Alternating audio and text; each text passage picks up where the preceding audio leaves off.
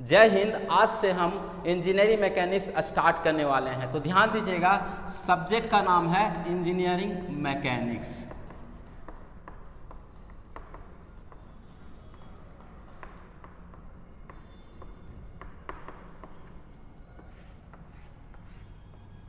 तो सबसे पहले सब्जेक्ट में जाने से पहले कुछ जानकारी आपको देना बहुत ज़रूरी है, क्योंकि अगर हम वो जानकारी आपको नहीं देंगे तो फ्यूचर में आपको बहुत ही प्रॉब्लम हो सकता है। क्योंकि इंजीनियरिंग मैकेनिक्स जो है फर्स्ट ईयर का पेपर है और फर्स्ट ईयर के स्टूडेंट्स को बहुत सारा चीज़ पता नहीं होता है, क्योंकि वे लोग डायरेक्ट जो है 10th या 12th करके कॉलेज में आते हैं, तो बहुत सारी चीज़ों को जानना बहुत ही ज़रूरी है। तो ध्यान दीजिएगा, इंजीनियरिंग मैकेनिक्स फर्स्ट ईयर का पेपर है और फर्स्ट ईयर में 3 ऐसे सब्जेक्ट पढ़ना है जिसका नाम स्टूडेंट उससे पहले नहीं सुने होंगे। अर्थात पहला है इंजीनियरिंग मैकेनिक्स, दूसरा है इंजीनियरिंग ग्राफिक्स और तीसरा है इंजीनियरिंग ड्राइंग। ध्यान से देखिएगा, पहला सब्जेक्ट का नाम है इंजीनियरिंग मैकेनिक्स, दूसरा का नाम है इंजीनियरिंग ग्राफिक्स और तीसरा है इंजीनियरिंग ड्राइंग। आप जो है अगर 10th करके आए होंगे या 12th करके आए होंगे तो आपने सब्जेक्ट पढ़ा होगा फिजिक्स, केमिस्ट्री, मैथ, इंग्लिश, ये सारा सब्जेक्ट पढ़ के आए होंगे। तो यही सारा सब्जेक्ट जो है फर्स्ट ईयर में भी पढ़ना रहता है। अर्थात फर्स्ट ईयर में basic physics, applied physics, basic chemistry, applied chemistry, basic mathematics, engineering mathematics, communication skill 1, communication skill 2, ये सारा सब्जेक्ट जो है आपको पढ़ना रहता है। ये सारा सब्जेक्ट क्या है कि आप पहले से जाने हुए हैं, लेकिन ये जो 3 सब्जेक्ट है उसके बारे में आप नहीं जानते हैं। जैसे कि कंप्यूटर फंडामेंटल पढ़ना है तो कंप्यूटर के बारे में भी आपने पहले से नॉलेज होगा, लेकिन ये जो 3 सब्जेक्ट है engineering mechanics, engineering graphics, engineering drawing, आप जो है लाइफ में पहली बार सुनने जा रहे हैं। तो ये सब्जेक्ट आखिर पढ़ना क्यों है और फर्स्ट ईयर में क्यों ऐड किया गया। ध्यान दीजिएगा, चाहे आप किसी भी ब्रांच से हो, मान लीजिए आप डबल ई हो अर्थात इलेक्ट्रिकल इंजीनियरिंग, दूसरा है ट्रिपल ई, मान लीजिए आप इलेक्ट्रॉनिक्स इंजीनियरिंग होंगे, या तीसरा जो है आप मैकेनिकल इंजीनियरिंग होंगे, या चौथा आप सिविल इंजीनियरिंग होंगे, या पांचवा चाहे आप कंप्यूटर साइंस इंजीनियरिंग होंगे। ठीक है, पांचों के लिए जो है फर्स्ट ईयर में कॉमन पेपर रहता है। ठीक है, फर्स्ट ईयर में जो है कॉमन पेपर है, अर्थात फर्स्ट ईयर में सबको एक ही पेपर पढ़ना है।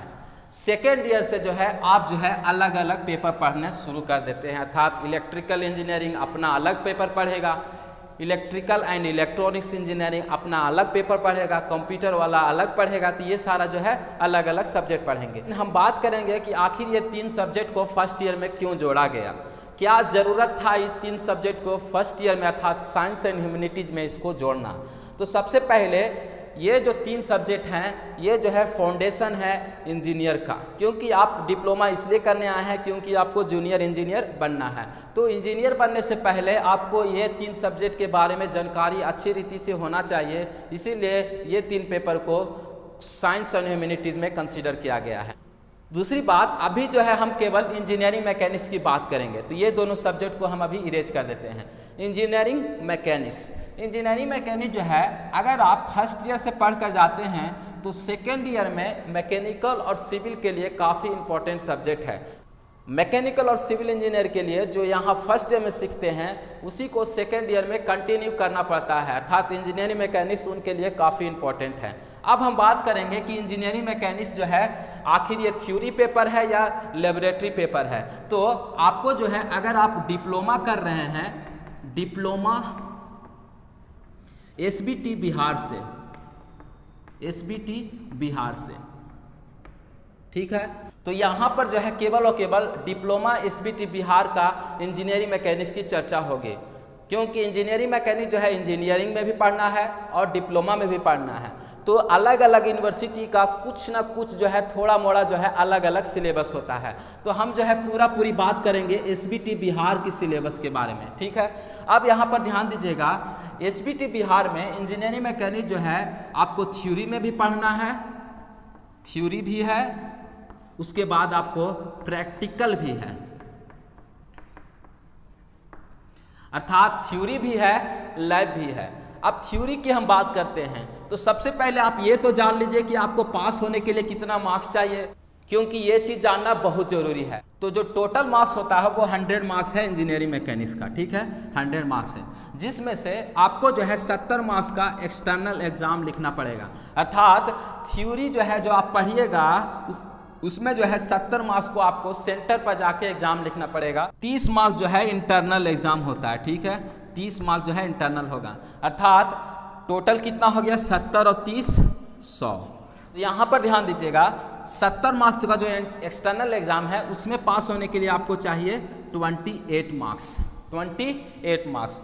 ये जो 30 नंबर का जो इंटरनल एग्ज़ाम है उसमें पास होने के लिए चाहिए 12 नंबर। तो टोटल कितना नंबर हो गया, तो 40 नंबर। यानी कि ओवरऑल आपको एक सब्जेक्ट में पास होने के लिए चाहिए 40 मार्क्स अर्थात 40 नंबर। तो इंजीनियरिंग मैकेनिक्स जो है टोटल आपका कितना मार्क्स का हो गया, 100 मार्क्स का हो गया। एक्सटर्नल एग्जाम कितना होगा, 70 मार्क्स का। इंटरनल एग्जाम कितना होगा, 30 मार्क्स का। टोटल मार्क्स कितना हो गया, 100।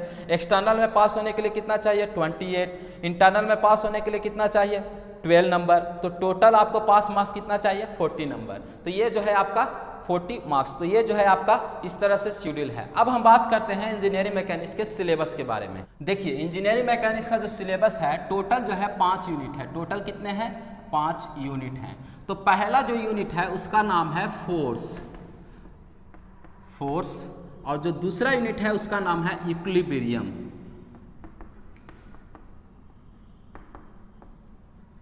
थर्ड यूनिट का नाम है फ्रिक्शन। फोर्थ यूनिट का नाम है सेंट्रॉयड एंड फिफ्थ यूनिट है सिंपल मशीन। ध्यान दीजिएगा, पहला यूनिट है फोर्स, दूसरा यूनिट है इक्विलिब्रियम, तीसरा यूनिट है फ्रिक्शन, और चौथा यूनिट है centroid and centre of gravity, और पांचवा यूनिट है सिंपल मशीन। तो ये 5 यूनिट आपको पढ़ना है। अब हम बात करते हैं कि आपके मन में ये सवाल उठता होगा कि इंजीनियरिंग मैकेनिक्स जो है थ्योरेटिकल पेपर है या न्यूमेरिकल पेपर है, मतलब कि ज़्यादातर थ्योरी रहेगा या न्यूमेरिकल रहेगा। तो हम आपको बता दें इंजीनियरिंग मैकेनिक्स जो है ज़्यादातर जो है न्यूमेरिकल है, ठीक है। इसमें जो है ज़्यादातर आपको न्यूमेरिकल्स करना है।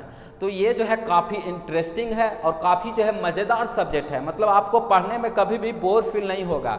ये नहीं कि आपको कहानी पढ़ना है, जो आपके लाइफ में हो रहा है, जो आप आसपास के चीज़ों को देखते हैं उसी के चीज़ों के बारे में आपको पढ़ना है। तो ये जो है काफ़ी इंटरेस्टिंग सब्जेक्ट है। तो टोटल आपको 5 यूनिट हो गया। अभी जो है इसमें से जो है पहला यूनिट जो है फोर्स है, तो हम जो है इसको अगले वीडियो लेक्चर में हम इसको स्टार्ट करेंगे।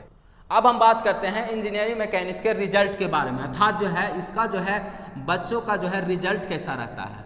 तो ध्यान दीजिए, हम जो है 5 बैच को लगभग पढ़ा चुके हैं इंजीनियरिंग मैकेनिक्स। टोटल जो है लगभग जो है 5 बैच को हमने इंजीनियरिंग मैकेनिक्स पढ़ाया है, जिसमें से 5 बैच में जो है काफ़ी अच्छा रिजल्ट रहा है, अर्थात 100% रिजल्ट जो है हमने दिया है। 100% रिजल्ट जो है 5 बैच को दिया है। तो 100% में उस स्टूडेंट को कभी भी कंसिडर नहीं करते हैं जो कभी भी क्लास नहीं किया था मेरा, ठीक है। मतलब कि ये न कि 1-2 क्लास कर दिया बदनाम करके चला गया, तो ऐसा नहीं।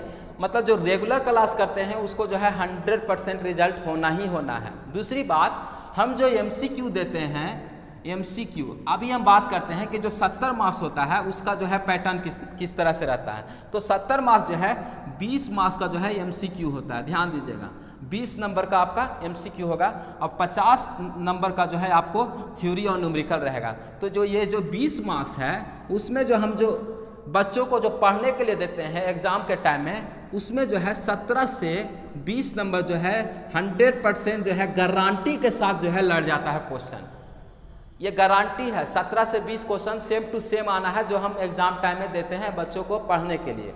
उसके बाद जो ये जो 50 नंबर का हो गया लॉन्ग आंसर टाइप का क्वेश्चन, उसमें भी हम इंपॉर्टेंट क्वेश्चन देते हैं। तो उसमें भी जो है ज़्यादातर क्वेश्चन सेम टू सेम रहता है, जो पैटर्न हम फिक्स करके बच्चों को देते हैं, ठीक है। तो ये जो है काफ़ी इंटरेस्टिंग सब्जेक्ट है। तो अगले वीडियो लेक्चर में हम बात करेंगे फोर्स के बारे में, अर्थात पहला यूनिट जो है हम स्टार्ट करेंगे। तब तक के लिए हम विदा लेते हैं। जय हिंद, वंदे मातरम।